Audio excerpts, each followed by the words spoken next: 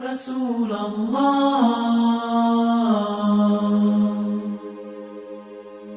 Assalamu alaikum. I'm Yasmin Mogahed, and this is something where we are joining together to celebrate the life of a very, very beautiful man, the Prophet Muhammad sallallahu alaihi wasallam. The part of his life that I want to talk about is a part that was actually very, very difficult on the Prophet sallallahu alaihi wasallam, one of the hardest periods in his life, and this was the year of sadness. During his life and the beginning part of his revelation, of his mission, he had a very, very difficult task. And yet he had the support of two people in his life who were one of his greatest supports. And that was his uncle Abu Talib and his wife Khadija radiallahu anha. What happened during the year of sadness, in the 10th year of the mission, is both of them died in the same year. Now you can imagine what the Prophet ﷺ is going through at this point. He lost one of he lost his beloved wife, and he also lost his uncle who he loved very dearly.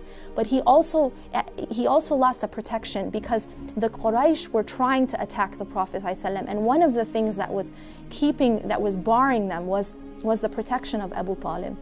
Now during this time, he decided to go to Ta'if, and when he went to Ta'if, the persecution increased and it continued, and the people actually lined up children and others and threw things at him, and even threw stones to such an extent that he was wounded and bleeding, and he was thrown out of the city in this type of humiliating way.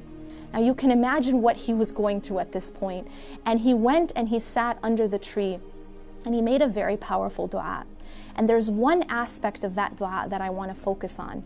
And this is the part of the dua where he says, إِن لَمْ تَكُمْ بِكَ غَضَبٌ عَلَيَّ فَلَا أُبَالِي. That if you are not displeased with me, then I don't mind.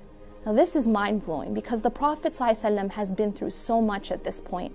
He has been persecuted by his people, his wife has died, his uncle has died, and he's been thrown out of this city in such a humiliating way. And yet his number one concern is the displeasure of Allah subhanahu wa ta'ala. And he says that as long as Allah is not displeased with him, that he doesn't mind all the rest that happened to him. Now that is in and of itself such a testament, and it shows what the character of the Prophet ﷺ is, and it's an example for us because we also go through hardships, and this shows us what really, really matters, that any hardship that brings us closer to Allah subhanahu wa ta'ala is actually good for us, and any hardship that takes us away from Him, even if it's ease in fact, and it takes us away from Him, then it is bad for us. Now you'll notice too that Allah subhanahu wa ta'ala after this period of time does something miraculous. Allah takes the Prophet sallallahu alaihi wasallam up to the heavens, to a place where no other human being has ever been.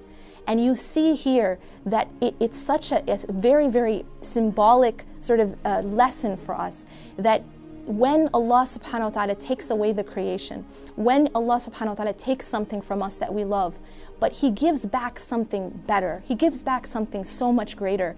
And in this case, it is that nearness to Allah subhanahu wa ta'ala. Now, none of us are going to go up into the heavens in this life, and yet we can experience that spiritual nearness. And when Allah takes away something of the creation that we love, but He gives us His nearness, then nothing else matters. If you are not displeased with us, O Allah, then I don't mind. This is the lesson and this is the attitude that we should take, and this is the inspiration that we can get from the Prophet sallallahu alaihi wasallam. أقول قولي هذا واستغفر الله لي ولكم إنه غفور رحيم والسلام عليكم ورحمة الله وبركاته.